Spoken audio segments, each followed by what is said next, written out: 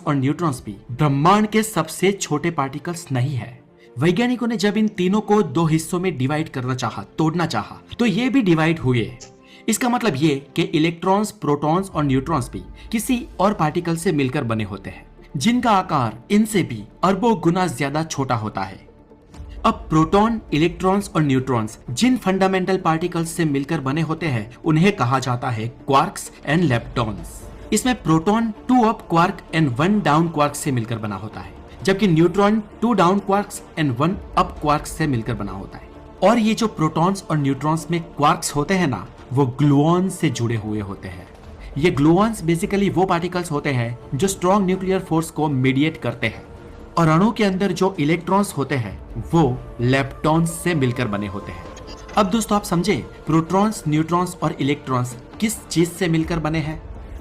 दोस्तों quarks and leptons का size अभी कंफर्म नहीं किया गया है, यानी कि थियोरेटिकली हम इनके साइज के बारे में जानते हैं, इन्हें प्रायोगिक पुष्टि नहीं मिली है अभी तक।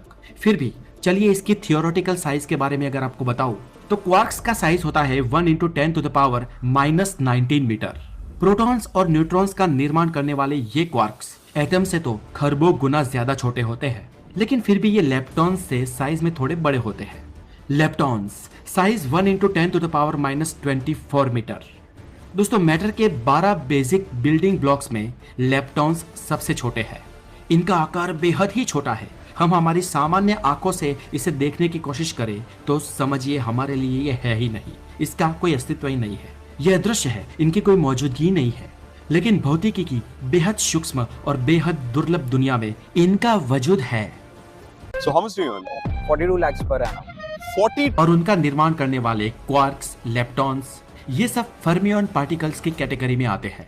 लेकिन दोस्तों इन मास वाली चीजों को आपस में जोड़ने के लिए प्रकृति ने 4 टाइप के मूलभूत बल भी दिए हैं, जिन्हें हम 4 फोर्सेस ऑफ द नेचर कहते हैं, जो है gravitational force, electromagnetic force, strong nuclear force और वीक न्यूक्लियर फोर्स।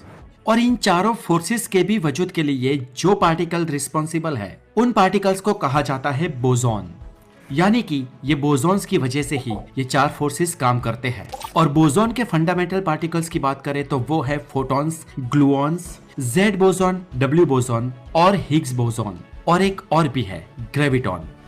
अब दोस्तों हमारी क्लासिकल फिजिक्स के अनुसार ये जो अल्टीमेट पार्टिकल्स है, ये फंडामेंटल पार्टिकल कहे जाते हैं, यानी कि नहीं कर पाए हैं। लेकिन इसका मतलब ये नहीं कि ये डिवाइड ना होते हो, क्योंकि इन फंडामेंटल पार्टिकल्स के बाद ही एक बेहद ही सूक्ष्म दुनिया की शुरुआत होती है। जहां क्लासिकल फिजिक्स खत्म हो जाता है, वहीं से शुरू होता है क्वांटम